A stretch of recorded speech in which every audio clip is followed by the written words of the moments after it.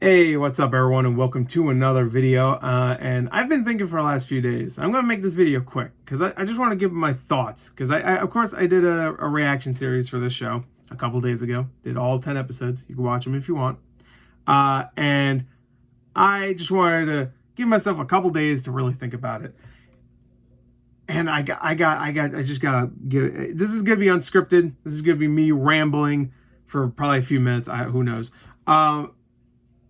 Cyberpunk Edgerunners is a very special show. It really is. Now, I'm not even really too into the Cyberpunk universe. I never did anything Cyberpunk related before. Whether it be like I think it's a tabletop thing or maybe it's books. I honestly barely even know. I really do. I'm not even kidding. But I was very excited for the game because I love CD Projekt Red, love Witcher 2 and 3. So I never played Witcher 1 because I didn't have a good PC at the time. I'm sure I could play it now, but backlog's crazy. But I was very excited for Cyberpunk. Ever since the original trailer, which I want to say was like 2013, the reveal with that amazing song and the amazing cinematic, I was hooked since then. So of course, when Cyberpunk 2077 came out, I was freaking hyped. Couldn't wait for it. It was disappointing. I'm playing it right now though, because of this show. Yeah, it's just one of those things where it was a tragedy to see that game come out in such rough shape after like 8 years of waiting for it. But I would dare say it was all worth it just because of this one anime. This 10 episode anime made by Studio Trigger. I can't give it enough praise. It is an amazing show. Fantastic characters, lovable from start to finish.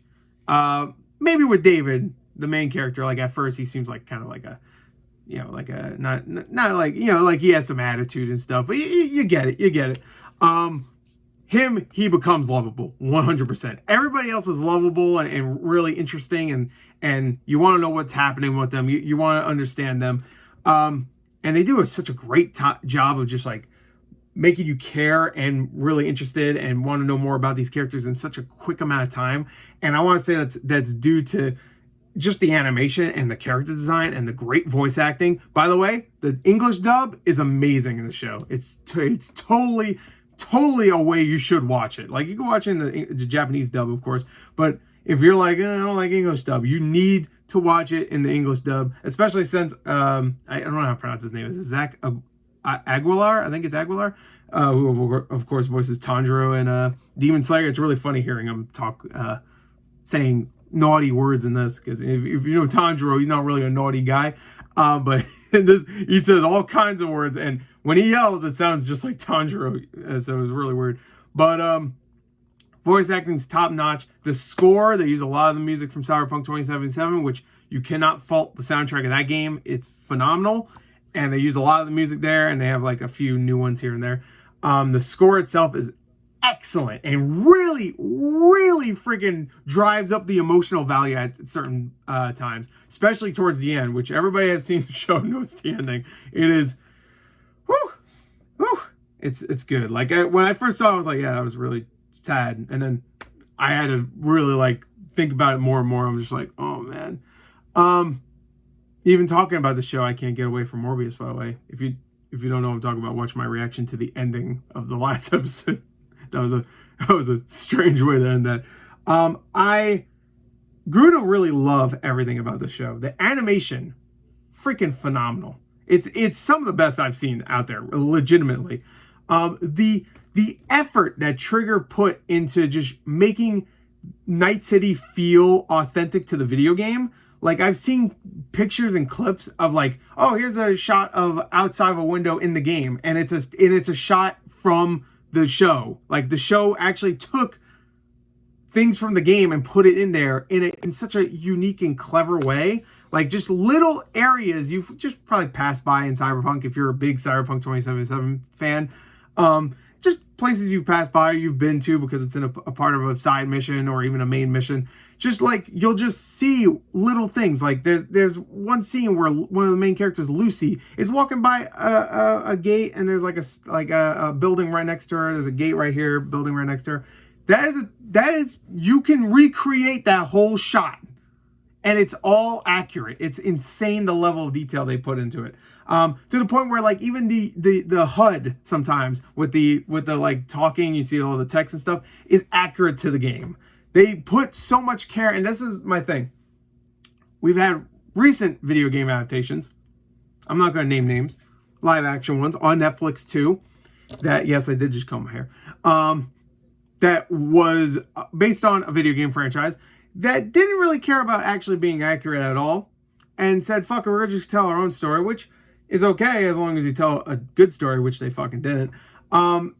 And said, screw respecting the source at all, even if we're going to tell a different story, we could still respect the source. Didn't do that at all. So, maybe they threw a couple of like creatures from the games in there, but that's about it.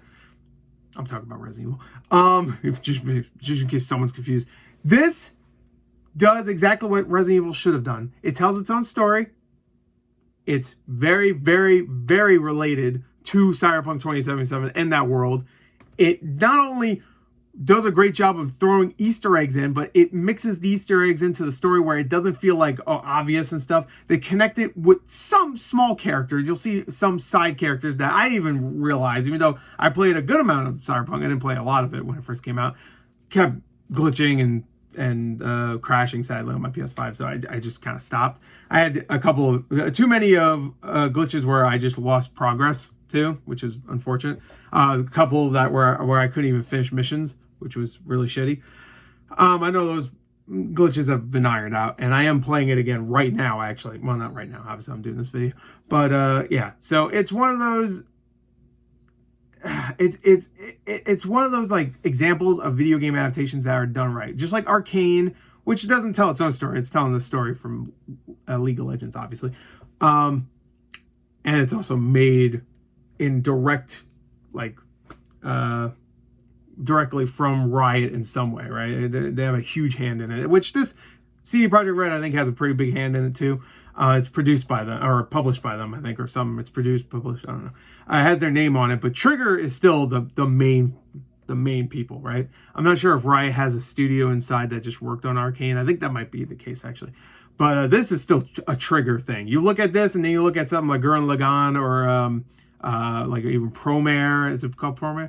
And even like the Star Wars Vision stuff they did, or anything else they did in the past. And you look at Kill la Kill, you look at the animation, and it looks like this, except this one, obviously, a little bit more, maybe not advanced, but a little bit more cleaner. It's been a few years since all those. I actually forgot they did Gurren Lagann. I only watched the first few episodes. I know I need to watch more. I've heard that one's great. Everybody loves that one.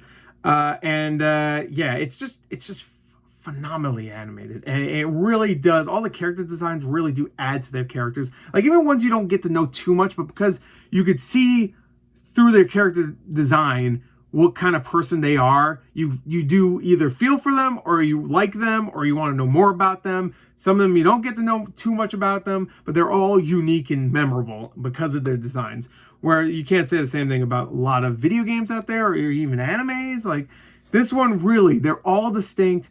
This world is built perfectly in this anime.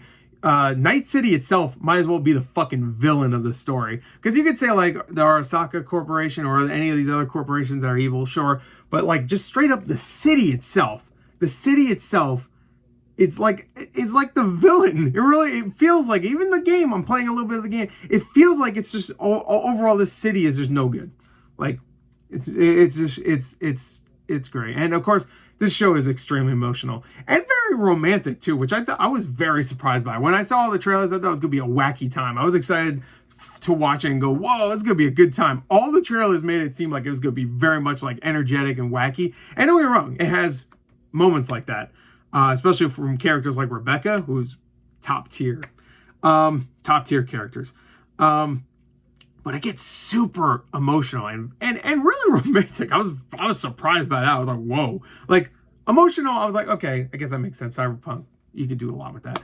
But then when it got like romantic and stuff, I was like, you actually really do feel for these characters, and you want to see them stick together. Yeah.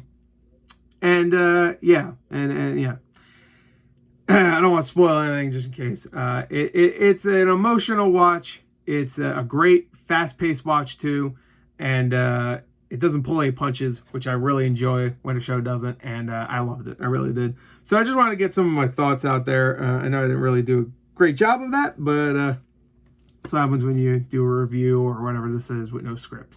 You kind of just wing it and hope it works out in the long run. Anyway, yeah, so watch it. I highly recommend it. One of the highest recommends I can possibly give this year is watch this. And it proves once again that video games can become shows or movies. You just got to give it to the right people. And it also proves that TV shows are probably the future when it comes to like amazing storytelling. To be fair though, I say the future, but like it's been the case for a long time. But yeah, if you want to do video game adaptations, at this point we're like, there's like 3 amazing ones. Like we have Castlevania, Arcane, and this. Like it's just make it a show. Preferably animated in some form, whether it be 3D, 2D, or whatever. Just make it animated, I guess. They should have made that Resident Evil show animated. Well, I guess they did an animated one last year. It's better than the fucking one that came out, though. Anyway, and that one was pretty much a movie. I know it was 4 episodes. We combined them together. It's the length of the movie. I still don't know why they did that. Anyway, shout outs to Rebecca, best girl. Lucy, great character. David, fucking champ.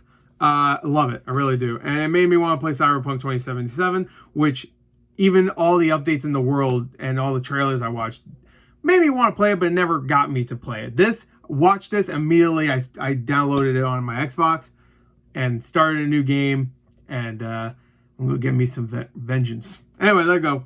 I hope you enjoyed it. If I had to give it a score, honestly, I don't have like any faults. The only fault I could think of is that maybe it could have been a couple episodes longer. But really, I felt like the pace was perfect, and I thought all the character development was great.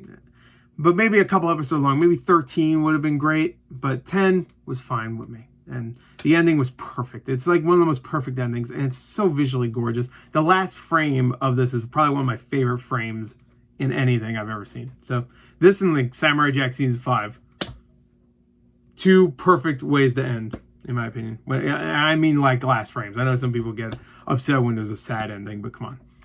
Sometimes it's got to happen. It makes you feel better when you have some sadness in you. There you go. I don't know why, but it does. Anyway, that's it. See ya.